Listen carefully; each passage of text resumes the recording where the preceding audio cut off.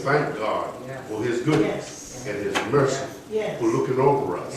Thank God for bringing us out of darkness into his marvelous light. Thank God we were lost, eyeball deep in sin. And he still loved us enough to send his son. That if it wasn't but one person that would say, I believe in Jesus, he'd have did the same work on the cross. That anybody, whomsoever will, call on his name, shall be saved. That's what the name Jesus is. In the program today, the Spirit just moved me. You know, we've been working on Isaiah 11 chapter, verses 1 and 2. And those sevenfold spirits of the Holy Ghost. And we worked on fear, and we worked on knowledge, and we did a little bit on understanding. It's going to take us a while to get to wisdom. Solomon said in the book of Proverbs, said that wisdom is the principle. Now, one of the principal things. Because you may know something, and we knew about Jesus, grew up about him, we had some knowledge of him, but we had no understanding of it. That's right. So when we come into a little bit of understanding of him, you can't get into the understanding of Jesus and not love him. And not be gracious to God and really understand the work of Jesus and what Jesus came and what he did. But even knowing and understanding, we're not there yet. You got to bring in that sister wisdom there, huh? Because it's wisdom is the key thing. Knowledge, understanding, wisdom. Wisdom is the key thing. Wisdom is when you come into the knowledge of something, a fact, a thought, an idea, and then you begin to understand what you've come into the knowledge of.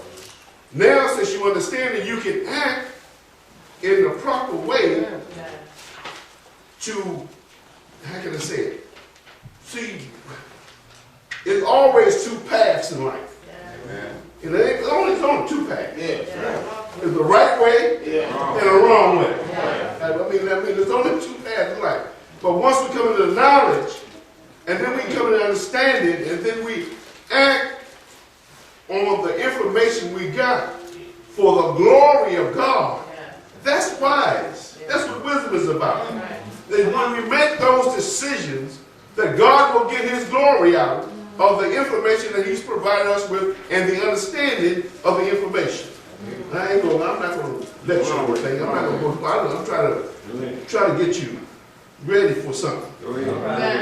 In the book of Corinthians, as a matter of fact, this sermon here, I could open any page, any chapter, any book, any verse, and any word, and preach this one. This one here covers the whole thing.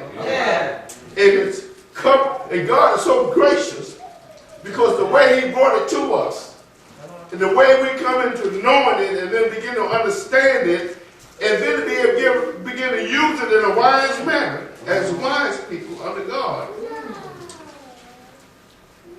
Let me give you some words. Turn over to 1 Corinthians in the first chapter. I'm not going to take too long on this one. 1 Corinthians in the first chapter. This fellow named Paul, we went over Paul.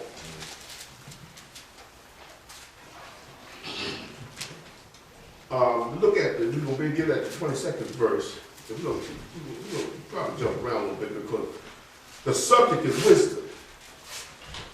And so now, when we say wisdom, and you begin to look from a religious perspective and look at the Jewish words or Jewish thoughts or concepts that cover the word wisdom, you will get confused. So when we say the word wisdom today, sometimes we confuse us. What are we really talking about wisdom? And so there are many concepts in the Old Testament about wisdom. Solomon had the crown of wisdom in the Old Testament. But there was wisdom in crafty things. When they helped Moses to build the tabernacle in the wilderness, there were wise people who could handle wood. There was wise people who could handle cloth. There was wise people who handle jewelry. There were wise people. All of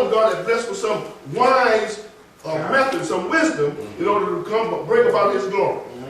That was in the Old Testament. But in the New Testament, we want to be specific because we've got to be able to understand what we are dealing with when we deal with the Son of God.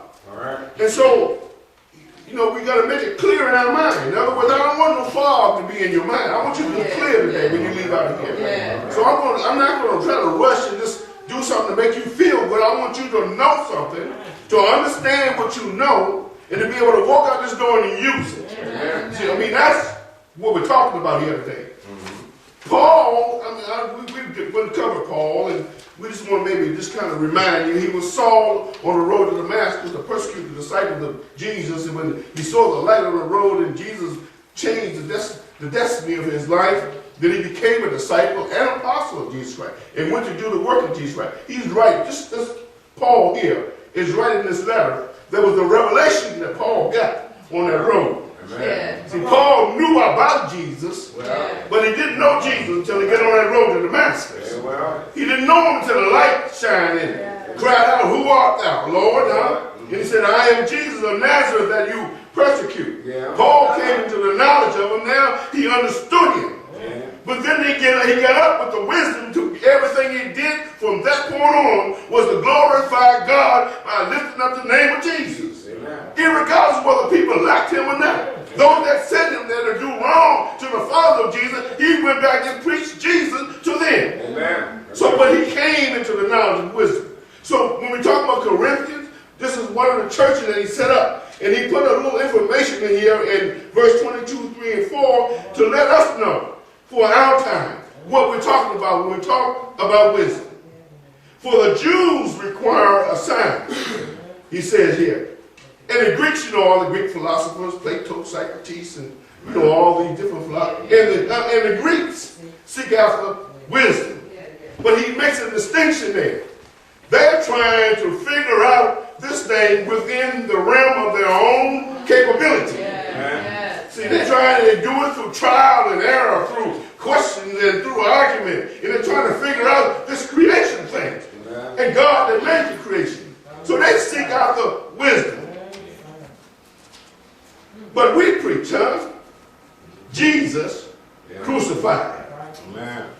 Unto the Jews, it's a stumbling block. Come on, Come on, And unto the Greeks, it's just foolishness. See, because our difference is very unique because, see, in the philosophers, they reason, they come up with a thought, an idea, and I think this is how it should be, and they would argue the idea out, and they agreed on it, they would settle on an idea as a principle, and they would move forward, even if it was a false idea. The other one was those who would sit down with logic and reason, the mathematicians, the scientists. They would work out, do trial and error, till they come to some type of conclusion. And then they would settle on a principle based on their work. But see, us in the house, see, all we got to do is say, I believe. Boy, I ain't got to waste no 20 years studying. Boy, I can do it in the flesh. Why? Because the Bible says that the word is quick. I can do it now. I can say that I believe. And right now, we anchor our faith. We don't have to use deductive reasoning or logic or mathematical formulas or theories that we have to prove or disapprove. All I have to say is I believe. Once I say I believe, then I have attached myself to something. But see, you have to be careful because you can believe in Buddha. Come on here, Come on, somebody, Come on here, And I've seen some more faithful in believing in Buddha than some Christians in believing in Jesus. Come on here, I was looking on TV there when a man crawled with 100 or 1,000 miles on his knees for I think 5 or 6 weeks. He went through villages and people would give him food and rice to come up to a temple where Buddha was to light an incense candle to a dead piece of stone. Now that's faith, but faith misguided. Come on here, see, that's the wisdom of this world. But what we talking about is the wisdom that comes from heaven on high. So when I anchor my faith in Jesus, come on here, I got something going for me now. So why? Because I'm anchoring my faith in the real truth, in the reality reality of the creation that we're living in. I anchor my faith in that. So when I anchor my faith in Jesus, I got something. Not that ain't nobody else got. Huh? Come on, yeah, we preach. Huh? Christ crucified. Unto the Jews was a stumbling block, unto the Greeks is foolishness. But unto them which are called, come on, yeah, huh? Both Jews and Greeks. Christ, come on, yeah, huh? The power of God and the wisdom of God. Huh? Christ, the power of God and the wisdom of God. Jesus, look at your program, praise, huh? Jesus.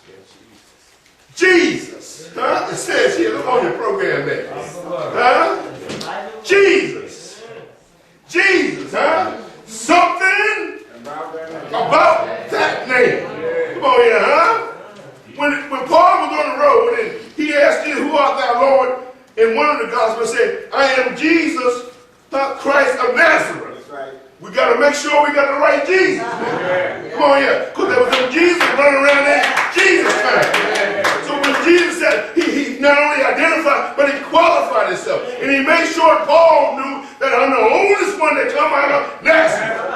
Some Jesus might have come out of some of Galilee or someplace else, but I'm the one that come out of Nazareth. So we got to get a hold of the right.